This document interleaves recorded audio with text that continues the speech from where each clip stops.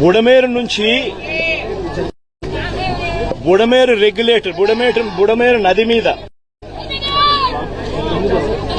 ఆ రెగ్యులేటర్ పేరు వెలగలేరు రెగ్యులేటర్ ఉంది. బుడమేరు మీద వెలగలేరు రెగ్యులేటర్ ఉంది. వెలగలేరు రెగ్యులేటర్ మీద ఉన్న లాక్స్ అంటే గేట్లు ఎవడెత్తాడు? శనివారం అర్ధరాత్రి తర్వాత ఎవడెత్తాడు? ఎందుకు ఎత్తాడు?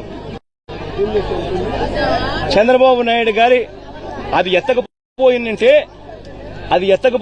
చంద్రబాబు నాయుడు గారి ఇల్లు మునిగేది. ఎందుకనంటే ఆ నీళ్లు ఇలా తిరుక్కుంటూ వెళ్లి చంద్రబాబు నాయుడు గారి ఇంటి దగ్గరికి వెళ్లేటివి ఇల్లు చంద్రబాబు నాయుడు గారు మునిగేది. ఎందుకంటే అక్కడి నుంచి నీళ్లు డైవర్షన్ ఛానల్ ద్వారా పోలవరం కెనాల్లో పడి పోలవరం నుంచి కృష్ణానదిలో కలిసేది, ప్రకాశం బ్యారేజ్ దగ్గర కలిసేది. దానివల్ల చంద్రబాబు నాయుడు ఇంటి దగ్గర నీళ్లు దిగేటివి, చంద్రబాబు నాయుడు ఇల్లు మునిగేది. ఆ రెగ్యులేటర్ గేట్లను బుడమేరు మీద ఉన్న ఈ రెగ్యులేటర్ గేట్లను ఎత్తింది ఎవడు? ఎందుకు ఎత్తినాడు? అర్ధరాత్రి పూట హడావిడిగా ఎక్కడ చంద్రబాబు నాయుడు ఇల్లు మునిగిపోతుందేమని. అది ఎత్తడం వల్ల నీళ్లు ఏం జరిగింది? ఆ గేట్ల నుంచి వచ్చే నీళ్లు నేరుగా ఎక్కడికి వెళ్తాయి? విజయవాడకి వస్తాయి. ఇది రూట్ సార్.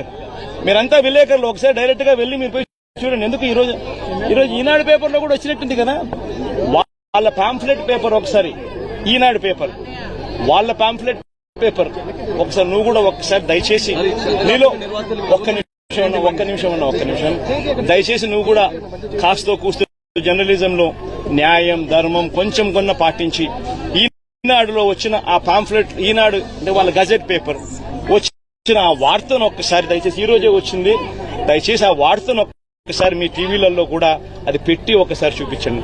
వాళ్ళంతటా వాళ్ళే చెప్పారు గేట్లు పైకి ఎత్తడం జరిగింది. గేట్లు పైకి ఎత్తితే అనివార్య పరిస్థితుల వల్ల గేట్లు పైకి ఎత్తారట. అనివార్య కారణాల వల్ల నీళ్లు విజయవాడకు వచ్చినాయంట.